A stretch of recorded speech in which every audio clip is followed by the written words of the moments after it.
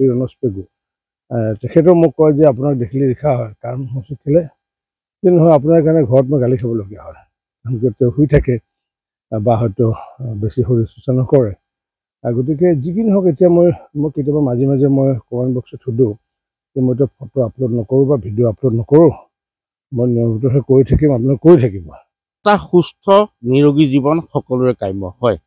ব্যস্ততাৰ মাজতো মন্ত্ৰী ৰঞ্জিত দাসক প্ৰায় প্ৰতিদিনে দেখা যায় এনেদৰে শাৰীৰিক অনুশীলন বা কচৰৎ কৰাত যিহেতু মন্ত্ৰীগৰাকী নিশা তেজপুৰ আৱদ্ধ ভৱনত আছিল আৰু এই মুহূৰ্তত আমাৰ লগত আছে আৰু তেখেতে শাৰীৰিক অনুশীলন বা কচৰৎ কৰা পৰিলক্ষিত হৈছে কি ক'ব এটা সুন্দৰ নিৰোগী জীৱন সকলোৰে যিটো কাম্য নহয় মই ভাবোঁ কি আমি যেনেকুৱাকৈ মোবাইলটো চাৰ্জ দিওঁ সদায় আধা ঘণ্টাৰ কাৰণে সময় মই ভাবোঁ যে নিজৰ দেহাটোৰ কাৰণে যদি আধা ঘণ্টা সময় আমি যদি ব্যয় কৰিব পাৰোঁ তেতিয়া নিশ্চিত ওপৰত দেহাটোৱে বহুত সুস্থ হৈ থাকে ইনএক্টিভ যিবোৰ আমাৰ অৰ্গেন আছে সেইবোৰ এক্টিভ কৰি ৰাখে যাৰ কাৰণে মই আজি প্ৰায় 10 বছৰ আগৰ পৰা নিতৌ মই যিমানে কাম নাথাকক কিয় আধা ঘণ্টা সময় মই নিজৰ দেহটোৰ কাৰণে দি আহিছোঁ যিহেতু খুবেই ব্যস্ত চিডিউল থাকে তাৰ মাজতো আপুনি যি স্থানলৈকে নাযাওক সকলোতে আমি প্ৰত্যক্ষ কৰোঁ এনেদৰে আপুনি হয় মই আজি ৰাতিপুৱা যিটো মই পোষ্ট দিলোঁগৈ মই তাতো লিখিছোঁ যে আপুনি য'তেই নাথাকক কিয় এটলিষ্ট নিজৰ দেহটোৰ কাৰণে আধা ঘণ্টা সময় ব্যয় কৰিব লাগে মই সাধাৰণতে প্ৰাতঃ ভ্ৰমণ কৰি পেলাই বা কচৰৎ কৰাৰ পিছত আৰু ৰুমত গৈ পেলাই তাত আকৌ মই প্ৰাণায়াম কৰোঁ অকণমান বা পুচাপ মানে কৰোঁ সাধাৰণতে 40 মিনিট সময় মই দি আহিছোঁ বাবে মই ৰাতিপুৱাৰ পৰা নিশা 12টালৈ মোৰ ভাগৰ যে লাগে তেনেকুৱা অনুভৱ নকৰোঁ আনকি বহুতে মোক কয় যে আপুনি একেবাৰে ফ্ৰেছ হৈ অহা যেন লাগে গা চা ধুই অহা যেন লাগে আচলতে তাৰ নেপথ্যত বেলেগ একো নাই নেপথ্যত হৈছে এইটোৱে এই যিটো 40 মিনিট সময় নিজৰ দেহটোক দিব পৰা যায় যাৰ কাৰণে মই কৰি আহিছোঁ আৰু মই সকলোকে আহ্বানো জনাইছোঁ এইটো নিয়মিতভাৱে কৰিব লাগে অৱশ্যে এতিয়া মোৰ তেনেকুৱা ফলোৱাৰ্ছ বা ফেন বহুত ফলোৱাৰ্ছ বা ফেন আছে আৰু যাৰ কাৰণে এতিয়া বহুতে আকৌ নিজৰ ঘৈণীয়েকৰ পৰা বহুতে গালিও খায় কাৰণ কেলে যিহেতু ফেচবুকত দেখি বহুতে কয় আৰু বহুতে সেইকাৰণে মোক মাজে মাজে কয় আনকি বেলেগ নালাগে আমাৰ মন্ত্ৰী ৰণোজ পেগু তেখেতেও মোক কয় যে আপোনাক দেখিলে লিখা হয় কাৰণ মই শিকিলে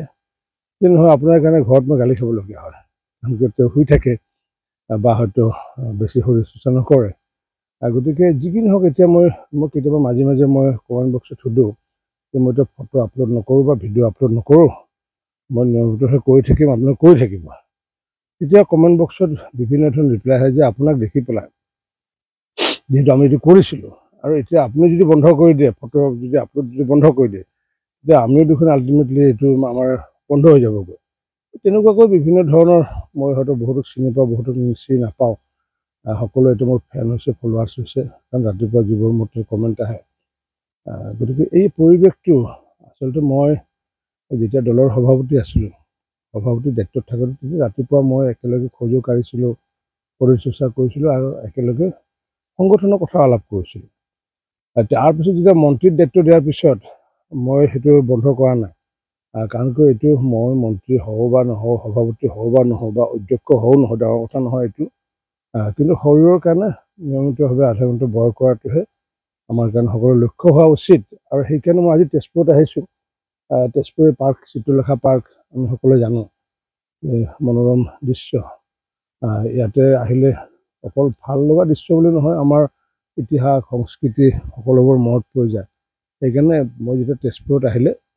মই এই চিত্ৰলেখা পাৰ্কত মই এবাৰ সদায় আহোঁ আৰু ৰাইজকো আহ্বান জনাইছোঁ সুন্দৰ তেজপুৰ সুন্দৰ শোণিতপুৰ অগ্নিগড়ে হওক চিত্ৰলেখা পাৰ্কেই হওক পাৰিলে সময় পালে এবাৰ ৰাইজে যাতে আহি যায় কাৰণ কিয় নেচাৰেলি যিমানখিনি আছে ইয়াতে সঁচাকৈ মনোৰম চাবলগীয়া ধন্যবাদ জনাইছোঁ এয়া আছিলে অসম চৰকাৰৰ কেবিনেট মন্ত্ৰী ৰঞ্জিত দাস আৰু তেখেতে নিজেই উল্লেখ কৰা অনুসৰি যিহেতু এই ক্ষেত্ৰত নিজে উদাহৰণ হৈ ৰৈছে আৰু সকলোৰে প্ৰতি আহ্বান জনাইছে নিজৰ শৰীৰটো সুস্থ আৰু নিৰোগী কৰি ৰখাৰ স্বাৰ্থত প্ৰতিদিনে এনেদৰে শাৰীৰিক অনুশীলন বা কচৰৎ অব্যাহত ৰাখে আপুনি বিচৰা বাতৰি পাব কেৱল নিউজ 18 এপত।